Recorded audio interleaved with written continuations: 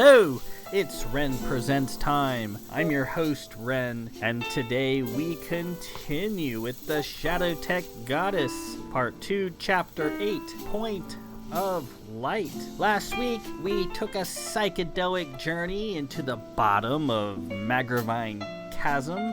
Stenstrom donned the Vith artifacts and nearly lost his mind in the process, seeing unhinged reality all around him. With it on, he could see the hidden Grand Animalium at the bottom of the chasm, which is otherwise hidden with Elder Tech.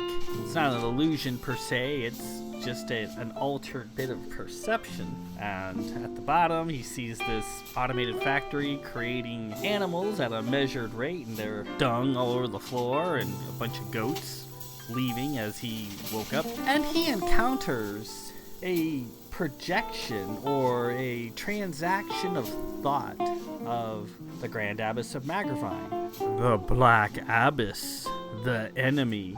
Before she became the Black Abbess, before all that nastiness ensued, she wasn't actually a bad person. A little studious, a little stuffy, a little obsessive, but otherwise perfectly reasonable. And he actually felt sadness knowing how things turned out. He discovers the coordinates of Ing, he makes a few drawings, wasn't satisfied with the results, takes a rubbing, leaves, and then encounters the Lacerta when Aram and Alesta came to pick him back up.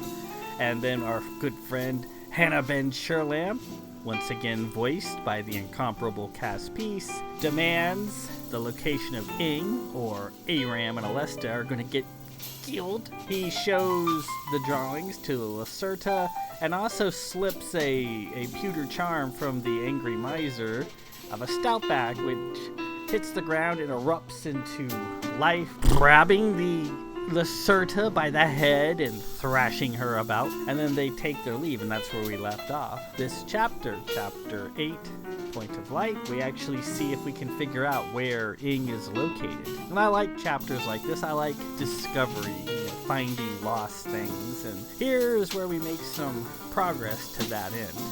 So, much shorter chapter than last week, thank God. Let's proceed immediately. Part 2, Chapter 8, Point of Light. He took them several miles east to the River Severn. There, Alesta called for the Marian's Road, and in a few minutes the three of them were safely back on the Seeker. "Are you two all right?" he asked, embracing them both. "We're fine, Belle," Alesta said, somewhat shaken. "That foul woman was nearly the death of us. Smart thinking with the stoutback. It can be just as devious as Professor Sherlamp." "Did you see what it was doing to her?" Aram asked. "I almost felt sorry for the woman. Any pain she endured before signing off was well earned." A short time later, Stenstrom was reunited with Gwen, who was resting in her quarters. "Here it is, Gwen. Here's what Professor Sherlamp was ready to murder the three of us for." He handed her the rubbing. Flushed with excitement, Gwen kissed Stenstrom on the cheek, then got out of bed and took the paper to her terminal. Stenstrom and Alesta pulled up some chairs while Gwendolyn and Aram fussed over the details of the chart. While Gwendolyn entered the information into the embedded terminal, Alesta prepared coffee. "You sure you're up to this, Gwen?" Stenstrom asked. She nodded and continued working while sitting there in her nightgown. Gwen was taking this and running with it. She was absorbed. Rediscovering Ing would be a scientific event of great acclaim. There was a knock at the door, and Tara came in. "How'd it go?" Stenstrom tossed her a piece of the destroyed Elder helmet. "Here, Tara, for your windowsill. Are we still on course?" "Yep." "Anybody out there hanging off our 6 and 9? "Nope." I checked. She pulled up a chair. Stenstrom was troubled. He was still thinking about the Black Abbess. What a loss. Alesta came out and served the coffee. "Tara, would you like some?" "Nah, not enough sugar." Gwendolyn took her cup and downed most of it in a gulp. Normally, with everybody dressed and she in a nightgown and shoeless, she would be very guarded and self-conscious. Now, however, she was too absorbed to give it a thought. I've got all the information entered into the terminal. Good thinking creating a rubbing, darling. The precise geometry of this chart is essential, and I doubt you would have ever been able to recreate it by hand. Darling. She never called him that in mixed company before. Darling was for after lovemaking, or late in the night in bed. Even Tara took notice. Aram had a few passing thoughts and tried to get at the keys. But Gwen... Get away, will you? Gwen said, lightly slapping his hands. It's good as is. She pressed a few buttons and the lights went down. She enlarged the holographic cone and a stellar chart appeared in midair, along with Stenstrom's rubbing. All right, it's obvious that this stellar object on the Black Abyss's chart is Cana, she said as one of the dots in the lower portion of the chart began blinking. These bodies here appear to be Onaris and Baz, adjusting for 100,000 years of parallax, of course. No, Gwen, you've got too much, Aram protested. It's fine, Gwen replied. Drink your coffee, will you? Stenstrom's humor wasn't the best. May we please get on with it? Fine, that's Cana, so what's next? Gwendolyn turned back to the map. Following this line of intersection all the way to this point here, we end up apparently 6 a.m. of the Bell Nebula. It's big enough to be an acceptable stellar landmark. I imagine the elders and our ancestor would have used it as one ages ago. Now these symbolic calculations here appear to be an old form of trans-Boolean, which creates crucial course correction information. They didn't use AM/PM back then, so given that, and applying the correct calculations and converting the results to AM/PM, we make a radical adjustment at the Bell Nebula to 4:52 a.m. mark 7:36 p.m. to this point here, going past Ming Moreland and out into the long slog of open space. Aram commented, "Seems the elders led our ancestors on a straight course from Ing to here without much deviation." Gwendolyn came across a blip along the way. It appears they stopped at this system for a time. That's Punt, Aram added. That's where the Nihilus of Punt came from initially. There is an open vortex of shadow tech there. Good to know, Gwendolyn said. The line continues on until we get to a 12-planet solar system orbiting what appears to be a Type A orange medium. She expanded the size of the solar system. The 8th planet began to blink. She looked at it for a moment, her eyes fixed and wide in the moment of discovery on that little blinking dot. Without taking her eyes from the cone, she held her hand out to Stenstrom. He took it and she squeezed hard. That is Ing. Long lost Ing. Everybody looked at the blinking image. How far? Stenstrom asked, adding a somewhat unwelcome edge of practicality to this rather ethereal moment. 22 LUs, roughly 140 light years. Aram at full sail. How long will it take us to get there? Aram rubbed his chin. Under full sail with quite a number of stellar Mach transverses in between, just under 5 weeks. Assuming we don't have any great amounts of sickness or breakdowns. Gonna need at least 10 SMs, Tara added. That's a lot for one crew shift. We shan't break down, Gwen said. Not this ship. Stenstrom looked at the map. 5 weeks through open space. Tara put her boots up on the table. A very bad habit of hers. Ah, what's the big deal, Belle? 5 weeks. We've been out for longer than that. Yes, in charted, patrolled space, but this will be on our own. No resupply, no forage or safe harbor, no dry dock. How do you know there won't be any forage? Tara asked. What about that Punt place? No way, Aram cried. The Seeker's fully serviced and more than up to the job, Belle, Gwen said. He turned to her. What's the status of our coils? She gazed at the blinking holographic lights hovering over the table. Gwen. She shook her head and pulled back from her thoughts. Sorry, darling, fine. The coils are fine. They're not due a dry docking for quite a few more set tacks yet.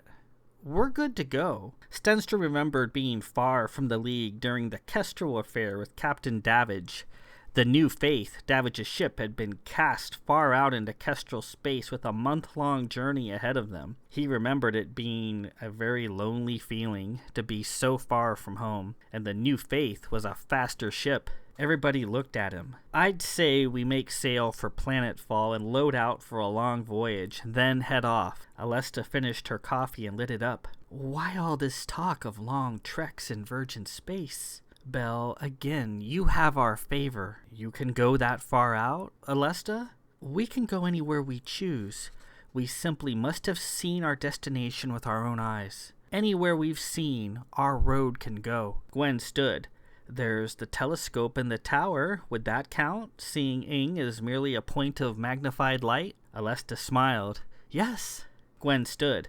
Please give me a moment to dress. After she dressed, they went up into the tower, the highest point in the rear section of the ship. Gwen walked a bit slowly, leaning on Stenstrom as she went along. The tower also contained the ship's main mess hall and library, and they encountered many crew coming and going. At the very top of the tower was the observatory, a place once used by the sisters when they frequented the Seeker. It was a dome of clear duroplast, and when the lights were turned down to the correct level, it appeared as if one was standing naked in space, surrounded by layers of stars. In the center of the observatory was a large motorized telescope mounted on several gimbals. Gwen went to the terminal and punched up her coordinates. Aram took the lights down, and the place filled with starlight. Far below, the main bulk of the Seeker stretched off in one direction, lit up by running lights and the roving shaft of the main sensor light as it panned about in a regular arc. Scrolling through her calculations, Gwendolyn went to the telescope. Belle, we're not in the correct attitude to train the telescope properly. We need a Z-axis roll. How much? 52 degrees. Com, he said. Com here, sir, came the reply from the bridge. Com, send a helm. I need a 52-degree Z-axis roll.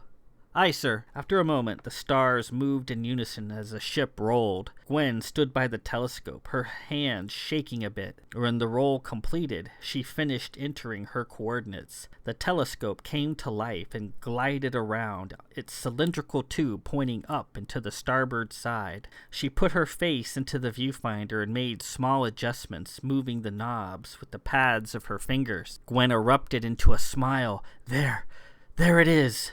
She checked her watch. 16 bells 3/4. That's when we laid eyes on Ing once again. She took several pictures with the telescope's mounted camera. Come, everybody, look. She stepped away and put her arms around Stenstrom as Aram and Alesta took turns peering through the viewfinder. He felt Gwen's heart racing. That's it, Alesta said, looking through the viewfinder. You're sure? Positive. Alesta came away, and Gwen pulled Stenstrom by the hand to the telescope. Go on, darling.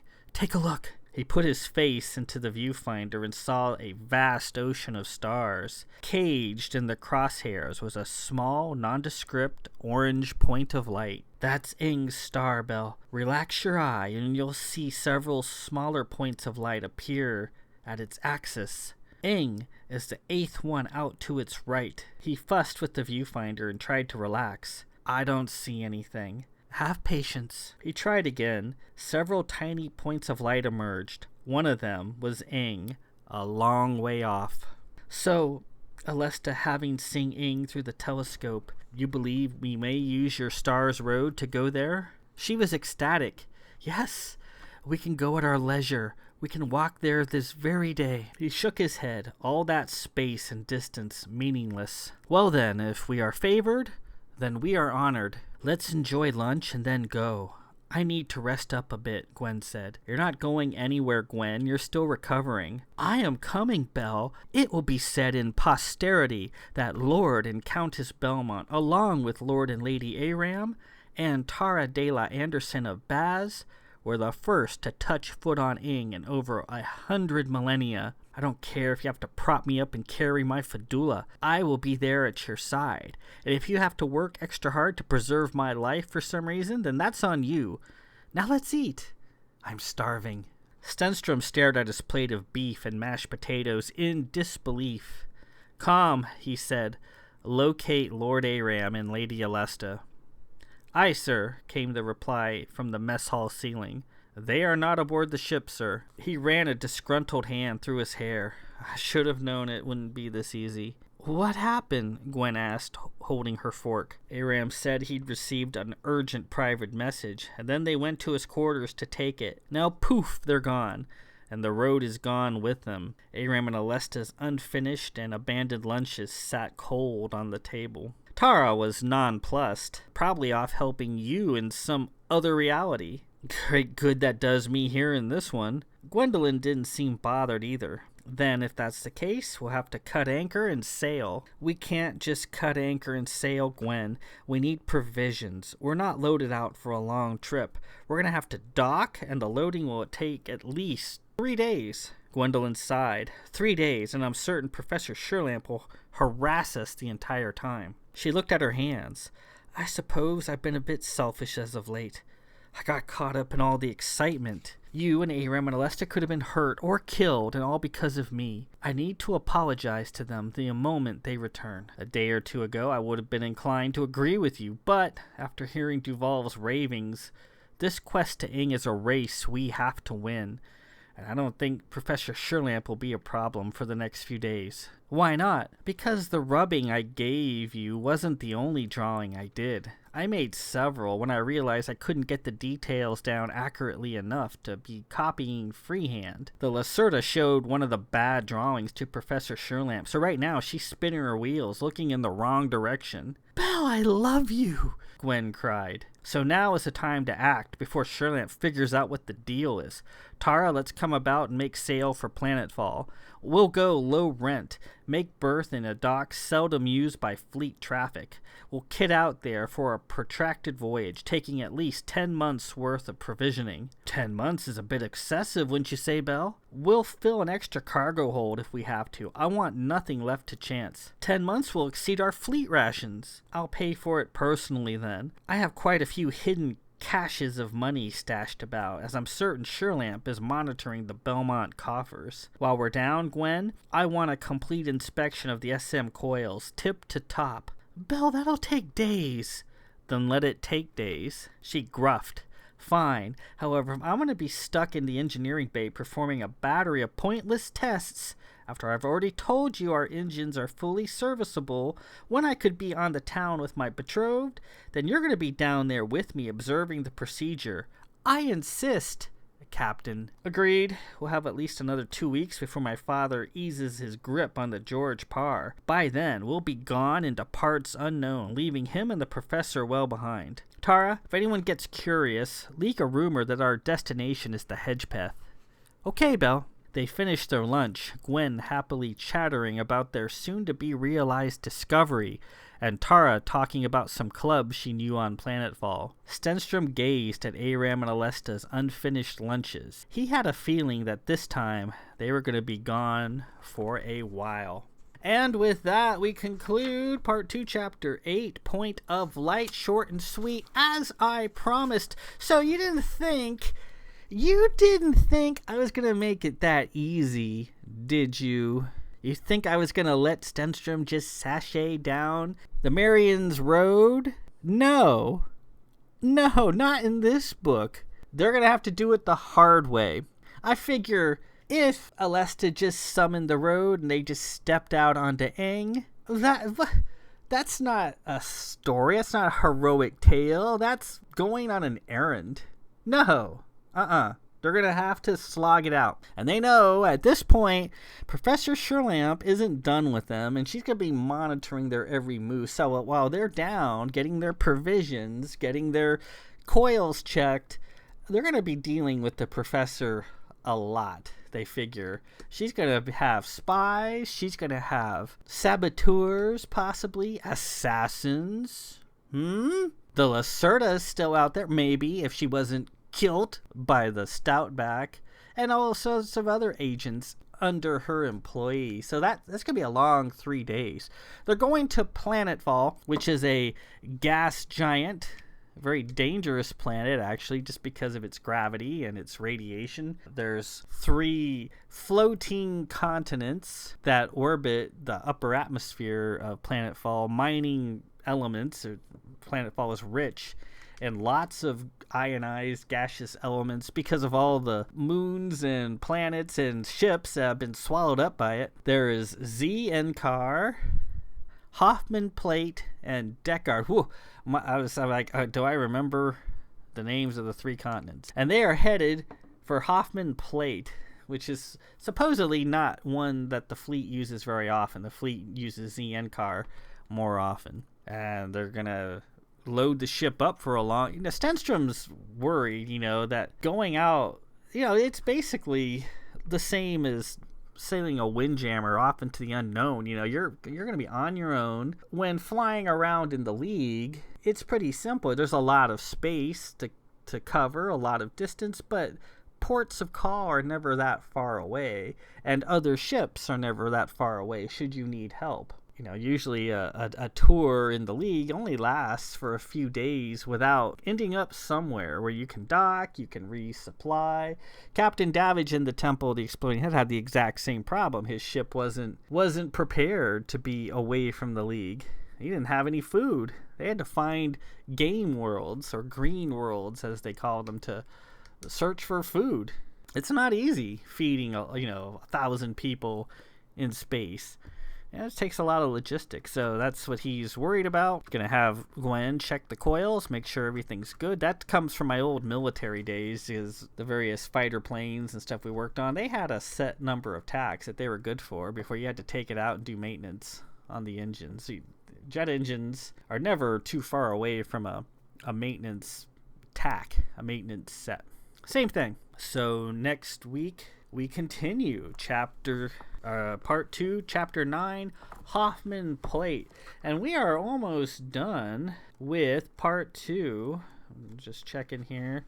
We only have about 2 more chapters to go, or 3 more chapters, including chapter 9. After that, then we get to the third part. I won't tell you the name of the third part because I don't want to give shit away. So next week, Hoffman Plate, and we see what happens when the Seeker docks, if there's any malfeasance on the part of the professor, because she's going to be a pest going forward. Yes, she is. Until then, this is Ren Presents. I'm your host, Ren. Peace out.